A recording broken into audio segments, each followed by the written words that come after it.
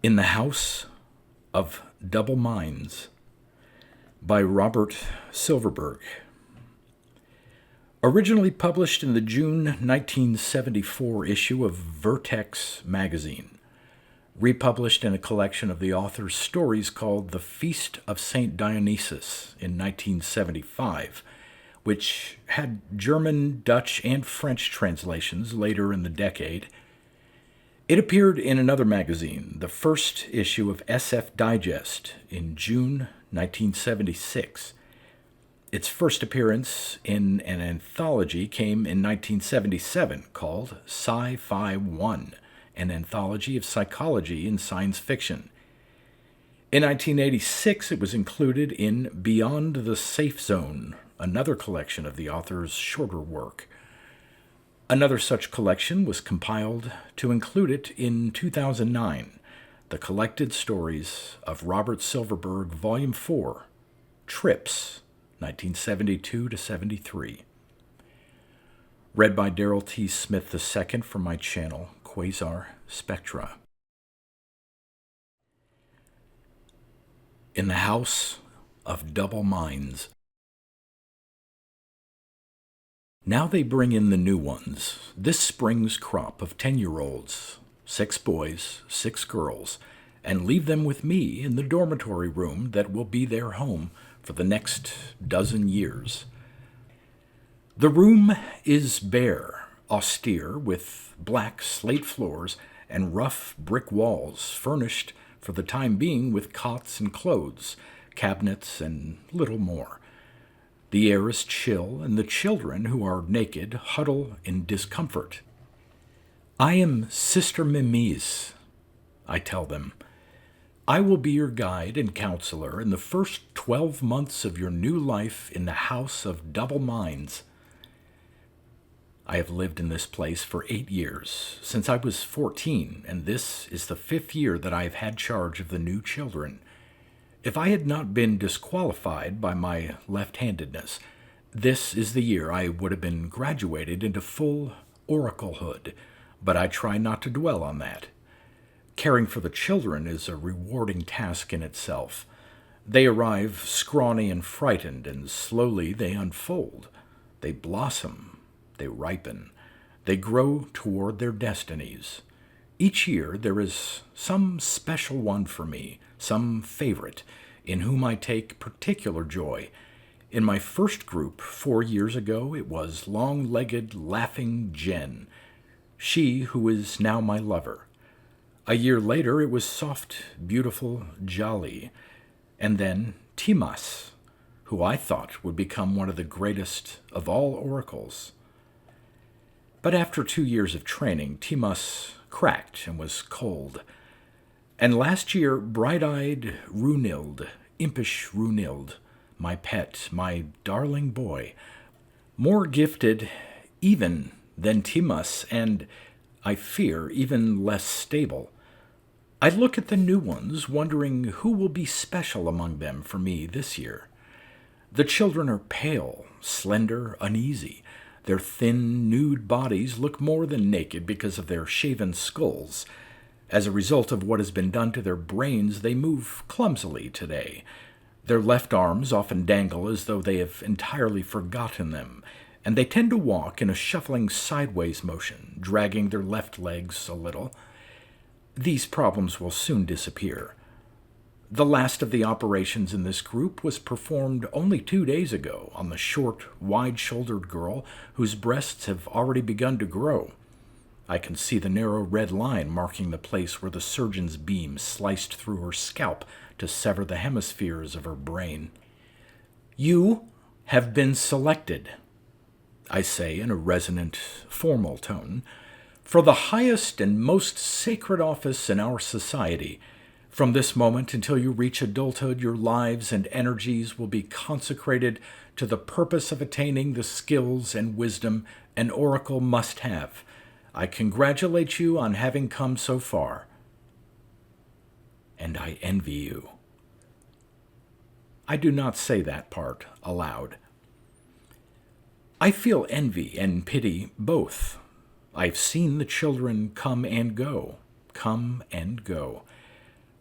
Out of each year's dozen, one or two usually die along the way of natural causes or accidents. At least 3 go insane under the terrible pressure of the disciplines and have to be cold. So only about half the group is likely to complete the 12 years of training, and most of those will prove to have little value as oracles. The useless ones will be allowed to remain, of course, but their lives will be meaningless. The House of Double Minds has been in existence for more than a century. There are at present just 142 oracles in residence, 77 women and 65 men, of whom all but about 40 are mere drones. A thin harvest, out of some 1,200 novices since the beginning. These children have never met before. I call upon them to introduce themselves. They give their names in low, self-conscious voices, eyes downcast. A boy named Divan asks, "Will we wear clothes soon?" Their nakedness disturbs them. They hold their thighs together and stand at odd, stork-like angles, keeping apart from one another, trying to conceal their undeveloped loins. They do this because they are strangers. They will forget their shame before long. As the months pass, they will become closer than brothers and sisters. "Robes will be issued this afternoon," I tell him, "but clothing ought not to be important here, and you need have no reason to wish to hide your bodies." Last year, when this same point arose, it always does, the mischievous boy Runhild suggested that I remove my own robe as a gesture of solidarity. Of course I did, but it was a mistake. The sight of a mature woman's body was more troubling to them than even their own bareness. Now it is the time for the first exercises, so that they may learn the ways in which the brain operation has altered the responses of their bodies. At random, I choose a girl named Hirol and ask her to step forward while the rest form a circle around her. She is tall and fragile-looking, and it must be torment to her to be aware of the eyes of all the others upon her. Smiling, I say gently, "Raise your hand, Hirol." She raises one hand. "Bend your knee." As she flexes her knee, there is an interruption. A wiry, naked boy scrambles into the room, fast as a spider, wild as a monkey, and bursts into the middle of the circle, shouldering Hirol aside. Runhild again. He's a strange and moody and extraordinarily intelligent child who, now that he is in his 2nd year at the house, has lately been behaving in a reckless, unpredictable way. He runs around the circle, seizing several of the new children briefly, putting his face close to theirs, staring with crazy intensity into their eyes. They're terrified of him. For a moment I am too astonished to move. Then I go to him and seize him. He struggles ferociously. He spits at me, hisses, claws my arms, makes thick, wordless grunting sounds. Gradually I get control of him.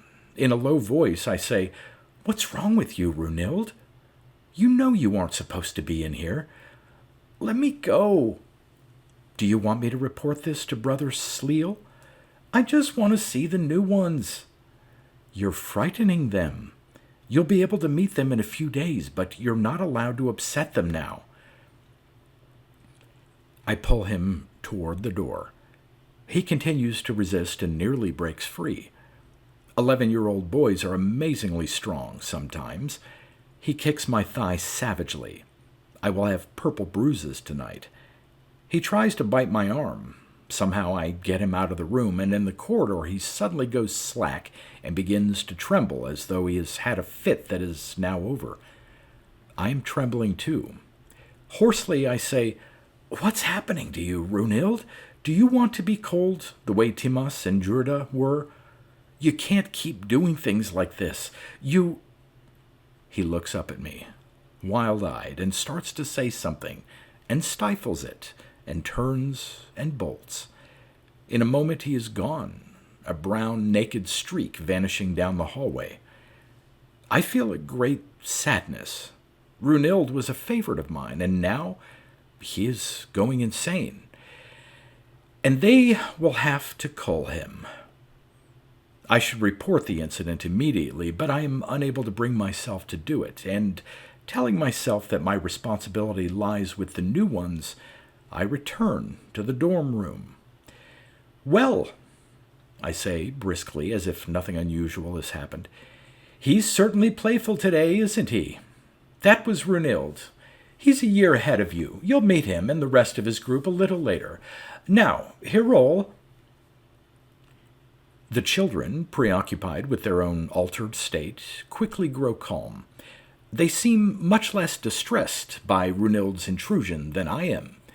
Shakily, I begin again, asking Hyrule to raise a hand, to flex a knee, to close an eye. I thank her and call a boy named Muliam into the center of the circle. I ask him to raise one shoulder above the other, to touch his hand to his cheek, to make a fist. Then I pick a girl named Fim and instruct her to hop on one foot, put an arm behind her back, to kick one leg in the air. I say, "Who can tell me one thing that was true of every response?" Several of them answer at once. "It was always the right side, the right eye, the right hand, the right leg." Correct. I turn to a small, dark-visaged boy named Bloss and ask, "Why is that? Do you think it's just coincidence?" "Well," he says, "everybody here is right-handed because left-handers aren't allowed to become oracles, and so everybody tended to use the side that he—" Bloss falters, seeing heads shaking all around the circle. Ghislaine, the girl whose breasts have begun to sprout, says, "It's because of the operation. The right side of our brains doesn't understand words very well, and it's the right that controls the left side of the body, so when you tell us in words to do something, only our left understands and moves the muscles it controls. It gets the jump on the right because the right can't speak or be spoken to." "Very good, Ghislaine. That's it exactly." I let it sink in. Now that the connections between the two halves of their brains have been cut, the rights of these children are isolated, unable to draw on the skills of the language center in the left. They are only now realizing what it means to have half a brain rendered illiterate and inarticulate, to have their left respond as though it is the entire brain, activating only the muscles it controls most directly. Fim says, "Does that mean we won't ever be able to use our left sides again?" "Not at all. Your right isn't paralyzed or helpless. It just isn't very good at using words. So your left is quicker to react when I give a verbal instruction. But if the instruction isn't phrased in words, the right will be able to take control and respond." "How can you give an instruction that isn't in words?" Muliam asks. "In many ways," I say. "I could draw a picture, or make a gesture, or use some sort of symbol. I'll show you what I mean by going through the exercises again. Sometimes I'll give the instructions in words, and sometimes by acting them out. When I do that, imitate what you see. Is that clear?" I wait a moment to allow the sluggish word skills of their rights to grasp the scheme. Then I say, "Raise a hand." They lift their right arms. When I tell them to bend a knee, they bend their right knees. But when I wordlessly close my left eye, they imitate me and close their left eyes. Their rights are able to exert muscular control in a normal way when the instructions are delivered non-verbally. But when I use words, the left alone perceives and acts. I test the ability of their lefts to override the normal motor functions of their rights by instructing them verbally to raise their left shoulders. Their rights, baffled by my words, take no action, forcing their lefts to reach beyond the left's usual sphere of dominance. Slowly, with great difficulty, a few of the children manage to raise their left shoulders. Some can manage only a mere twitch. Feme, Bloss, and Mulliam, with signs of struggle evident on their faces, are unable to budge their left shoulders at all. I tell the entire group to relax, and the children collapse in relief, sprawling on their cots. There's nothing to worry about, I say. In time, they will all regain full motor functions in both halves of their bodies. Unless they're driven insane by the split brain phenomena, that is, but no need to tell them that. One more demonstration for today, I announce. This one will show them in another way how thoroughly the separation of the hemispheres affects the mental processes. I ask Gibold, the smallest of the boys, to seat himself at the testing table at the far end of the room. There is a screen mounted on the table. I tell Gibold to fix his eyes on the center of the screen, and I flash a picture of a banana on the left side of the screen for a fraction of a second. What do you see, Gibold? I don't see anything, Sister Mimis, he replies, and the other children gasp. But the eye that is speaking is merely Gibold's left, which gets its visual information through his right eye. That eye did indeed see nothing. Meanwhile, Gibold's right is answering my question in the only way it can. The boy's left hand gropes among several objects lying on the table, hidden behind the screen, finds the banana that is there, and triumphantly holds it up. Through sight and touch, Gibold's right has prevailed over its wordlessness. Excellent, I say. I take the banana from him, and drawing his left hand behind the screen where he's unable to see it, I put a drinking glass into it. I ask him to name the object in his hand. An apple? He ventures. I frown, and quickly he says, An egg? A pencil? The children laugh. Mulliam says, He's just guessing. Yes, he is, but which part of Gibold's brain is making the guesses? His left, Ghislaine cries. But it's the right that knows it's holding a glass.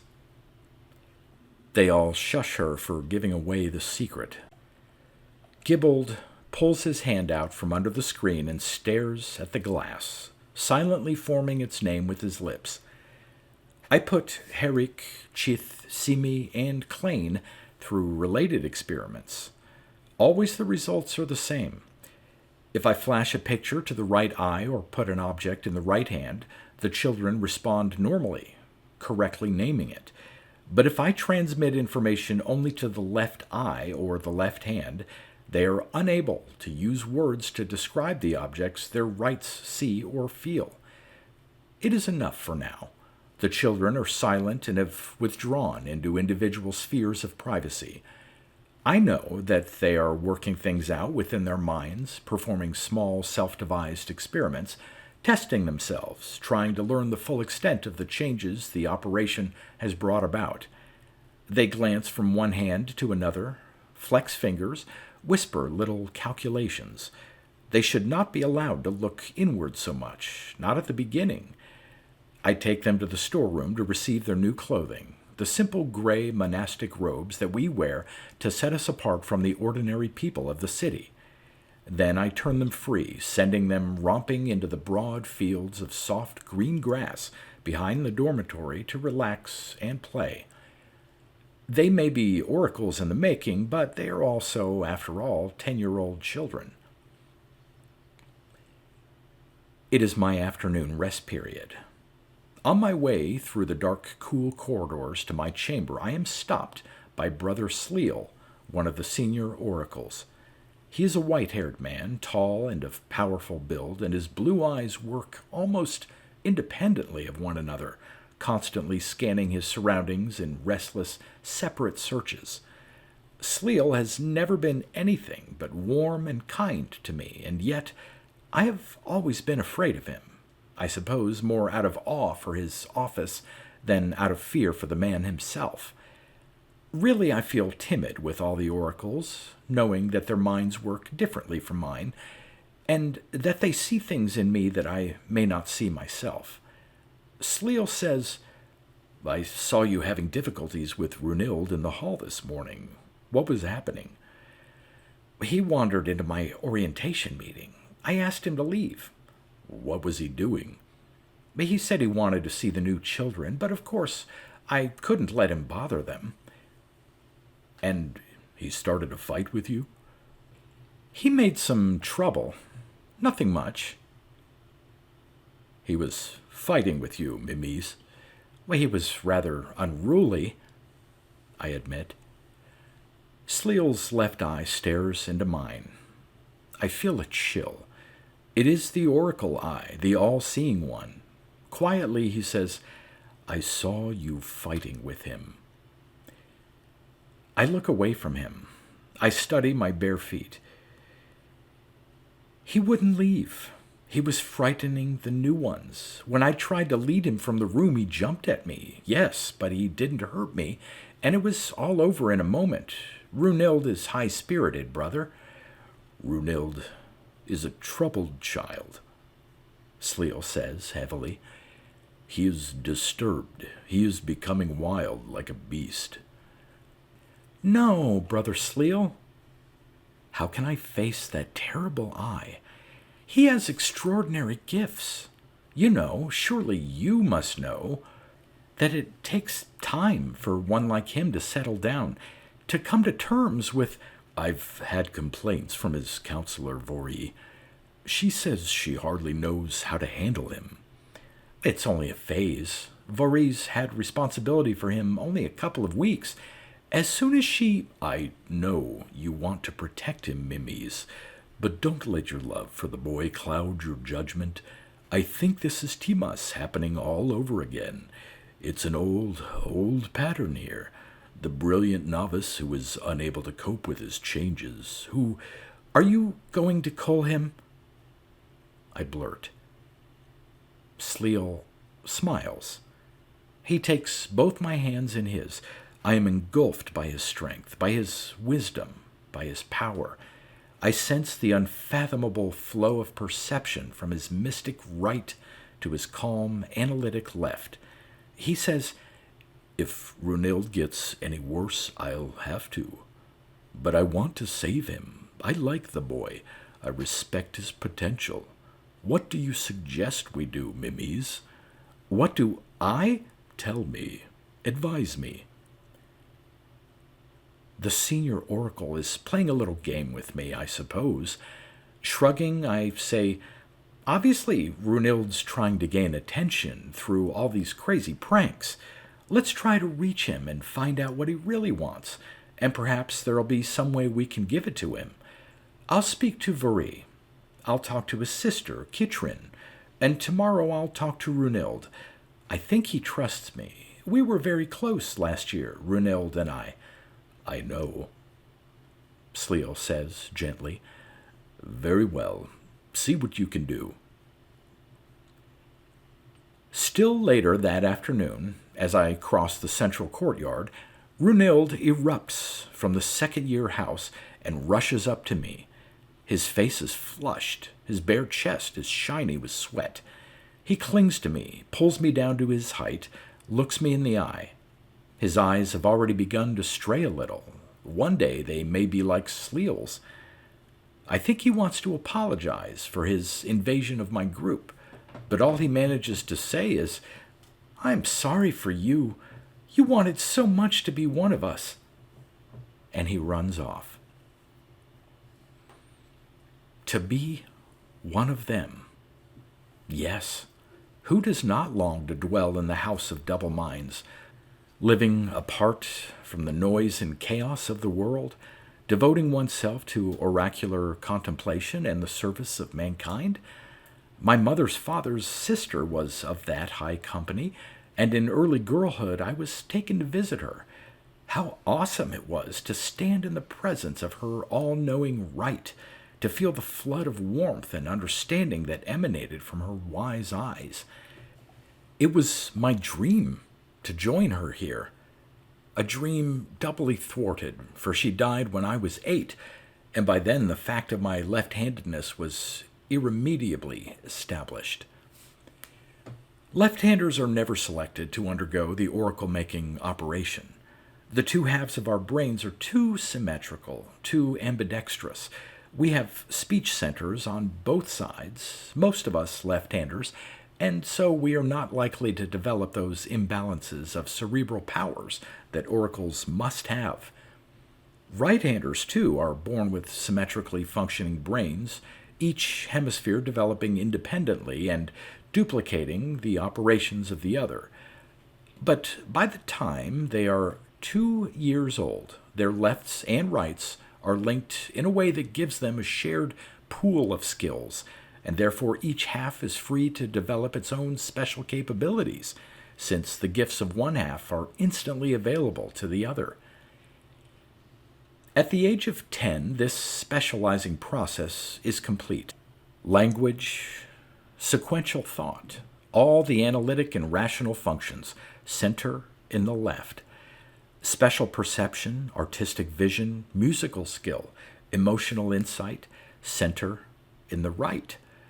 The brain's left side is the scientist, the architect, the general, the mathematician. The brain's right side is the minstrel, the sculptor, the visionary, the dreamer. Normally, the two halves operate as one. The right experiences a flash of poetic intuition. The left clothes it in words. The right sees a pattern of fundamental connections.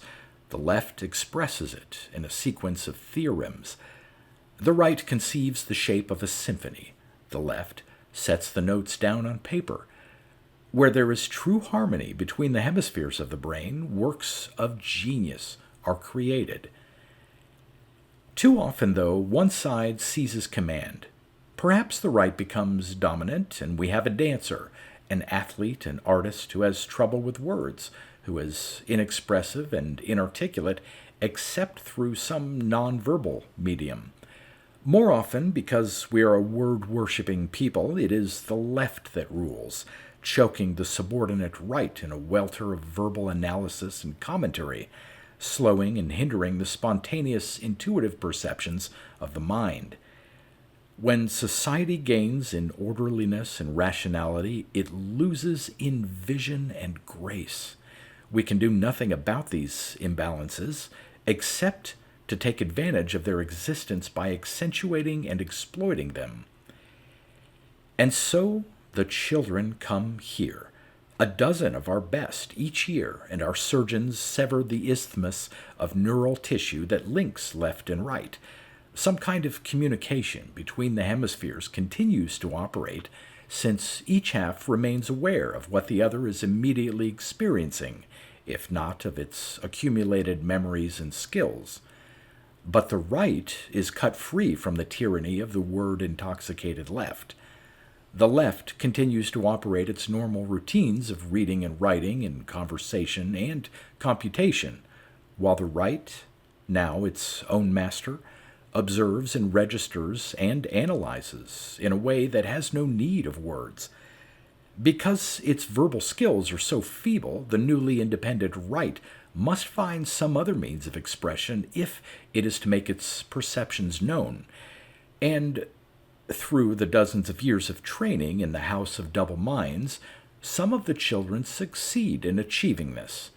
They are able, I do not know how, no one who is not an oracle can ever know how, to transmit the unique insights of fully mature and wholly independent rights to their lefts, which can transmit them to the rest of us. It is a difficult and imperfect process, but it gives us access to levels of knowledge that few have ever reached before our time. Those who master that skill are our functional oracles. They dwell in realms of beauty and wisdom in the past only saints and prophets and the greatest artists and a few madmen have reached. I would, if I could, have entered those realms, but I came forth left-handed from the womb, and my brain, though it is a decent one, therefore lacked the required asymmetry of function. If I could not be an oracle, I could at least serve them, I decided, and thus I came here as a girl and asked to be of use. and in time was given the important task of easing the new children into their new lives. So I have come to know Jen and Timas and Jalil and Runild and the others, some of whom will live to be among the most famous of oracles. And so now I welcome Hirol and Muliam and Gibold and Galain and their companions. And I am content, I think. I am content. We gather in the main hall for the evening meal. My new group has not come before the older novices until now, and so my 12 undergo close scrutiny, which they find embarrassing, as I lead them to their place. Each year group sits together at its own circular table. My dozen dine with me. At the table to my left is my group of last year, now in Vori's charge. Runild sits there with his back to me, and his mere presence creates a tension in me as if he is giving off an electric radiation. To my right is the third-year group, reduced now to 9 by the culling of Timas and 2 deaths. The fourth-year children are just in front of me, and the fifth-year ones, my darling Jen among them, at my rear. The older children are in the center of the hall. Along the sides of the great room are the tables of the instructors, those who have daily care of the ordinary education of the 12 groups of novices, and the senior oracles occupy long tables at the hall's far end, beneath a panoply of gay red and green banners. Sleal makes a brief speech of welcome for my 12, and the meal is served. I send Galain to Vori's table with a note. See me on the porch after dinner. My appetite is poor. I finish quickly, but I stay with my group until it is time to dismiss them. All the children troop off to the auditorium for a show. A warm drizzle is falling. Vori and I stand in the shelter of the eaves. She is much older than I am, a stocky woman with kinky orange hair. Year after year I pass my fledglings on to her. She is strong, efficient, stolid, insensitive. Runild baffles her. He's like a monkey, she says, running around naked, chattering to himself, singing crazy songs, playing pranks. He isn't doing his lessons. He isn't even doing his disciplines half the time. I've warned him he'll be cold, but he doesn't seem to care. What do you think he wants? To have everyone notice him. Yes, surely, but why? Because he's a naturally mischievous boy, Vori says, scowling. I've seen many of his sort before. They think rules are for other people. 2 more weeks of this, and I'll recommend a coal. He's too brilliant to waste like that, Vori. He's wasting himself. Without the disciplines, how can he become an oracle? And he's upsetting all the others. My group's a shambles. Now he's bothering yours. He won't leave his sister alone either. Culling, Mimis, that's where he's heading. Culling. There is nothing to be gained from talking to Vori. I join my group in the auditorium. Bedtime for the younger ones comes early. I see my children to their room. Then I am free until midnight. I return to the auditorium, where the other children and the off-duty staff are relaxing, playing games, dancing, drifting off in couples. Kitrin, Runild's sister, is still there. I draw her aside. She is a slender, delicate girl of 14, a 5th-year novice. I'm fond of her because she was in my very first group, but I've always found her shy, elusive, opaque. She is more so than ever now. I question her about her brother's behavior, and she answers me with shrugs, vague, unfinished sentences, and artful evasions. Runild is wild? Well, of course, many boys are wild, she says, especially the bright ones. The disciplines seem to bore him. He's far ahead of his group. You know that, Mimis. And so on. I get nothing from her except the strong feeling that she is hiding something about her brother. My attempts to probe fail. Kitrin is still a child, but she is halfway to oraclehood, nearly, and that gives her an advantage over me in any duel of wits. When I suggest that Runhild is in immediate peril of culling, do I break through her defenses? "No," she gasps, eyes widening in fear, cheeks turning pale. "They mustn't. He has to stay. He's going to be greater than any of them. He's causing too much trouble. It's just a thing he's going through. He'll settle down, I promise you that." Vori doesn't think so. She's going to request a cull. No, what will happen to him if he's culled? He was meant to be an oracle. His whole life will have been thrown away. We have to save him, Mimis. We can do that only if he can control himself. I'll talk to him in the morning, Kitrin says. I wonder what she knows about Runhild that she does not want to tell me. At the evening's end, I bring Jen to my chamber, as I do 3 or 4 nights a week. She is tall and supple and looks more than her 14 years. Her counselor tells me she is moving well through her mid-novitiate and will be a splendid oracle. We lie together, lips to lips, breasts against breasts, and we stroke and caress and tickle one another. We smile with our eyes. We enter into all the rituals of love. Afterward, in the stillness that follows passion, she finds the bruise of this morning's struggle on my thigh and questions me with a frown. "Runhild," I say. I tell her about his erratic behavior, about Sleel's uneasiness, about my conversation with Vori. "They mustn't cull him," Jen says solemnly. "I know he's troublesome, but the path he's taking is so important for all of us." "Path? What path is that?" "You don't know?" "I know nothing, Jen." She catches her breath, rolls away, studies me a moment. At length she says, "Runhild sees into minds.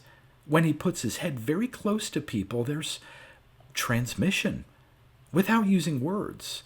It's a kind of broadcast. His right can read the rights of other oracles, the way you'd open a book and read it. If he could get close enough to Sleel, say, or any of them, he could read what's in their rights." "What?" "More, Mimis. His own right talks to his left the same way. He can transmit messages completely, quickly, making better contact between the halves than any of the oracles can do. He hasn't had the disciplines even, and he has full access to his right's perceptions. So whatever his right sees, including what it gets from the rights of others, can be transmitted to his left and expressed in words more clearly even than Sleel himself can do it." "I don't believe this," I say, barely comprehending. It's true, Mimis. He's only just learning how, and it gets him terribly excited. It makes him wild. Don't you see, when all that contact comes flooding in, he can't quite handle it yet, which is why he acts so strangely. But once he gets his power under control... How do you know anything about this, Jen?" "Why, Kitrin told me." "Kitrin? I spoke to Kitrin, and she never even hinted that..." "Oh," Jen says, looking pained. "Oh, I guess I wasn't supposed to say. Not even to you, I guess. Oh, now I'll be in trouble with Kitrin, and..." "You won't be. She doesn't need to know how I found out. But, Jen, can this be? Can anyone have such powers?" "Runhild does." "So he claims, or Kitrin claims on his behalf." "No," Jen says firmly. "He does. They showed me, he and Kitrin. I felt him touch my mind. I felt him read me. He can read anyone. He can read you, Mimis." I must speak with Runhild, but carefully, everything in its proper moment. In the morning, I must first meet with my group and take them through the second day exercises. These are designed to demonstrate that their rights, although mute and presently isolated, are by no means inferior and have perceptions and capabilities which in some ways are superior to those of their lefts. Never think of your right as a cripple, I warn them. See it, rather, as some kind of extremely intelligent animal, an animal that is sharp-witted, quick to respond, imaginative, with only one flaw, that it has no vocabulary and is never going to be able to acquire more than a few simple words at best. Nobody pities a tiger or an eagle because it doesn't know how to speak, and there are ways of training tigers and eagles so that we can communicate with them without using words. I flash a picture of a house on the screen and ask the children to copy it, first using their left hands, then the right. Although they're all right-handed, they are unable to draw anything better than simple, crude, two-dimensional representations with their right hands. Their left-handed drawings, while shakily drawn because of their left arm's relatively backward muscular development and motor control, show a full understanding of the techniques of perspective. The right hand has the physical skill, but it is the left, drawing on the vision of the brain's right hemisphere, that has the artistic ability. I ask them to arrange colored plastic cubes to match an intricate pattern on the screen. Left-handed, they carry out the exercise swiftly and expertly. Right-handed, they become confused, frown and bite their lips, hold the cubes long moments without knowing where to put them down, eventually array the cubes in chaotic mazes. Klein and Bloss give up entirely in a minute or two. Mulliam perseveres grimly like one who is determined to climb a mountain too steep for his strength, but he accomplishes little. Louabette's left hand keeps darting across to do the task that is beyond the right's powers, as if she is at war with herself. She must keep the impatient left hand behind her back in order to proceed at all. No one can complete the block designed correctly with the right hand, and when I allow the children to work with both hands, the hands fight for control, the formerly dominant right one unable to accept its new inferiority and angrily slapping at the cubes the left one tries to put in place. We go on to the split-screen exercises in facial recognition and pattern analysis, to the musical exercises, and the rest of the usual second-day routine. The children are fascinated by the case with which their rights function in all but word-linked operations. Ordinarily, I am delighted, too, to watch the newly liberated rights come to life and assert their powers.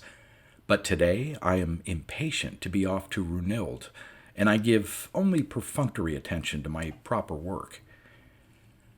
At last, the session ends. The children move off to the classroom where they will receive regular school subject instruction. Runilde's group, too, should be at school until noon. Possibly I can draw him aside after lunch. But, as though I have conjured him with a wish, I see him now, tumbling by himself in the meadow of crimson flowers by the auditorium. He sees me too, halts in his gambol, winks, smiles, does a handspring, blows me a kiss. I go to him. "Are you excused from classes this morning?" I ask, mock stern. "The flowers are so pretty," he replies. "The flowers will be just as pretty after school." "Oh, don't be so stuffy, Mimis. I know my lessons. I'm a clever boy." "Perhaps too clever, Runilde." He grins. I do not frighten him. He seems to be patronizing me. He appears to be at once very much younger and very much wiser than his years.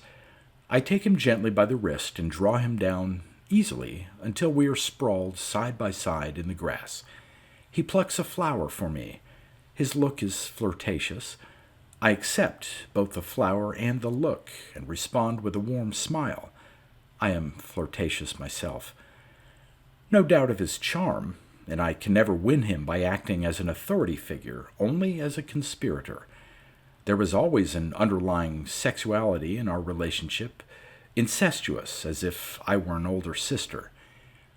We talk in banter, teasing each other. Then I say, "Something mysterious has been happening to you lately, Runhild.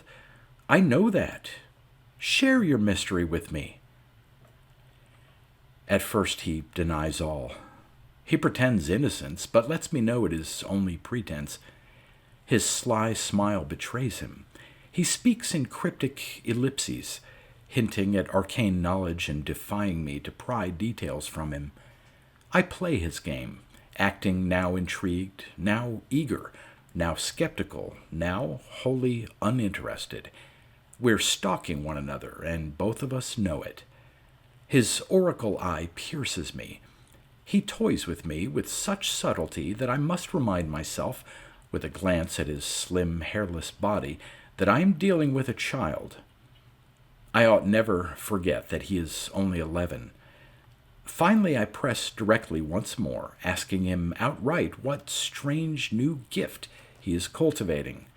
"Wouldn't you like to know?" he cries, and pulls an outrageous face and dashes away. But he comes back. We talk on a more serious level.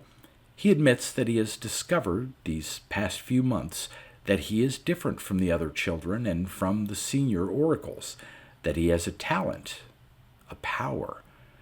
It disturbs and exalts him both. He is still exploring the scope of it. He will not describe the power in any specific way. Of course, I know from Jen its nature, but I prefer not to reveal that. "Will you ever tell me?" I ask. "Not today," he says. Gradually, I win his trust. We meet casually in corridors or courtyards and exchange easy pleasantries, the sort I might trade with any of my former charges. He is testing me, seeing whether I am a friend or simply Sleel's spy. I let him know of my concern for him. I let him know that his eccentric behavior has placed him in jeopardy of culling. "I suppose so," he says gloomily. "But what can I do? I'm not like the others. I can't sit still for long. Things are jumping inside my head all the time. Why should I bother with arithmetic when I can—" He halts, suddenly guarded again. "When you can what, Runhild?" "You know." "I don't." "You will, soon enough." There are days when he seems calm, but his pranks have not ended. He finds poor Sister Sestuine, one of the oldest and dimmest of the oracles, and puts his forehead against hers and does something to her that sends her into an hour's tears. Sestuine will not say what took place during that moment of contact, and after a while she seems to forget the episode. Sleel's face is dark. He looks warningly at me as if to say, "Time's running short. The boy must go." On a day of driving rain, I am in my chamber in mid-afternoon when Runhild unexpectedly enters, soaked, hair plastered to his scalp. Puddles drip from him. He strips and I rub him with my towel and stand him before the fire. He says nothing all this while. He is tense, taut, as if a mighty pressure is building within him and the time has not yet come for its release. Abruptly, he turns to me. His eyes are strange. They wander. They quiver. They glow. "Come close," he whispers hoarsely, like a man calling a woman to his bed. He grasps my shoulders. He pulls me down to his height. He pushes his blazing forehead roughly against mine. And the world changes. I see tongues of purple flame. I see crevasses opening in the earth. I see the oceans engulfing the shore. I'm flooded with contact. I'm swept with wild energies. I know what it is to be an oracle. My right and my left are asunder. It is not like having one brain cleft in two. It is like having two brains, independent, equal. I feel them ticking like two clocks with separate beats, and the left goes tick-tock, tick-tock, machine dreary, while the right leaps and dances and soars and sings in lunatic rhythms. But they are not lunatic rhythms, for their frantic pulses have a regularity of irregularity, a pattern of patternlessness. I grow used to the strangeness. I become comfortable within both brains, the left, which I think of as me, and the right, which is me too, but an altered and unfamiliar self without a name. My earliest memories lie open to me in my right. I see into a realm of shadows. I am an infant again. I have access to the first hours of my life, to all my first years, those years in which words meant nothing to me. The pre-verbal data all rest within my right, shapes and textures and odors and sounds, and I do not need to give names to anything. I do not need to denote or analyze. I need only feel, experience, relive. All that is there is clear and sharp. I see how it has always been with me, how that set of recorded experiences had directed my behavior, even as the experiences of later years have done so. I can reach that hidden realm now and understand it and use it. I feel the flow of data from right to left, the wordless responses, the intuitive reactions, the quick, spontaneous awareness of structures. The world holds new meanings for me. I think, but not in words, and I tell myself things, but not in words. And my left, groping and fumbling, for it has not had the disciplines, seeks words, sometimes finding them, to express what I am giving it. So this is what oracles do. This is what they feel. This is the knowledge they have. I am transfigured. It is my fantasy come true. They have snipped that rubbery band of connective tissue. They have set free my right. They have made me one of them. And I will never again be what once I was. I will think in tones and colors now. I will explore kingdoms unknown to the world-bound ones. I will live in a land of music. I will not merely speak and write. I will feel and know. Only, it is fading now. The power is leaving me. I had it only a moment, and was it my own power or only a glimpse of Runild's? I cling, I grapple, and yet it goes,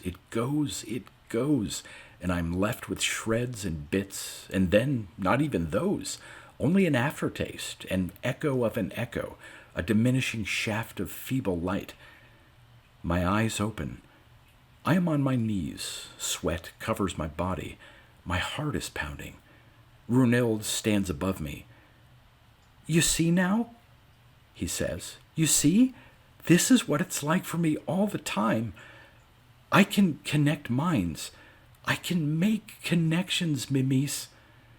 Do it again, I beg." He shakes his head. "Too much will hurt you," he says, and goes from me. I have told Sleal what I have learned. Now they have the boy with them in the inner oracle house, 9 of them. The highest oracles, questioning him, testing him.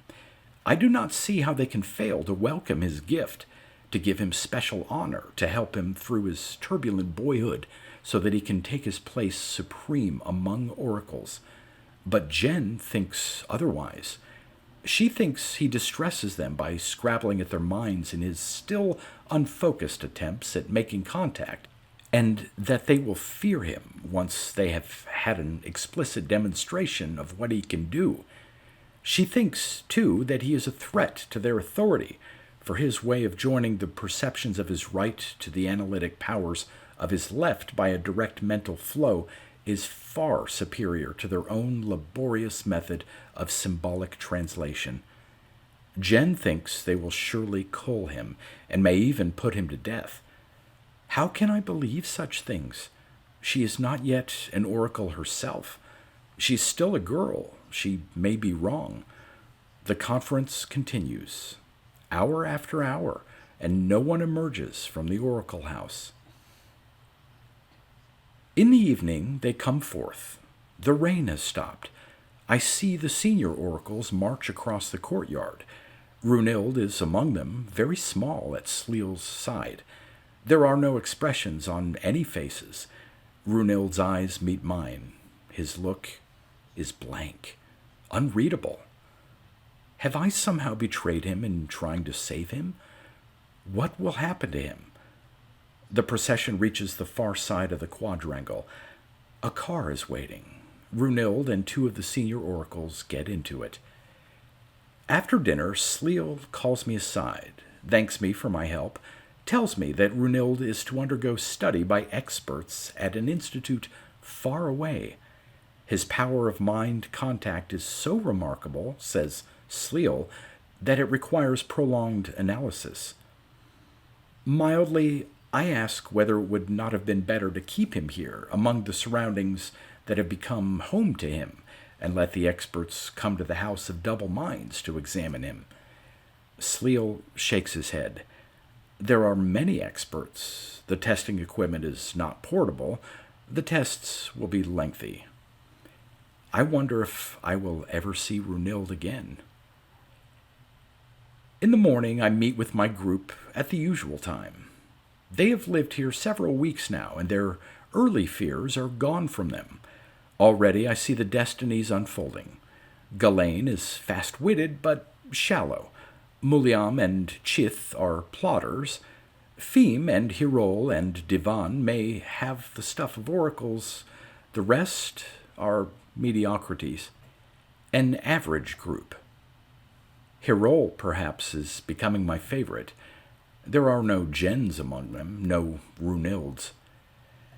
Today we start to examine the idea of nonverbal words. I begin.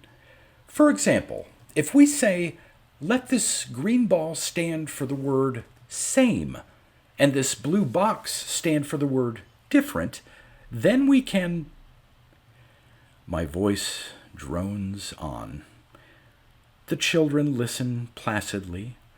So the training proceeds in the House of Double Minds. Beneath the vault of my skull, my dreaming right throbs a bit, as though reliving its moments of freedom. Through the corridors outside the room, the oracles move, deep in contemplation, shrouded in impenetrable wisdom, and we who serve them go obediently about our tasks.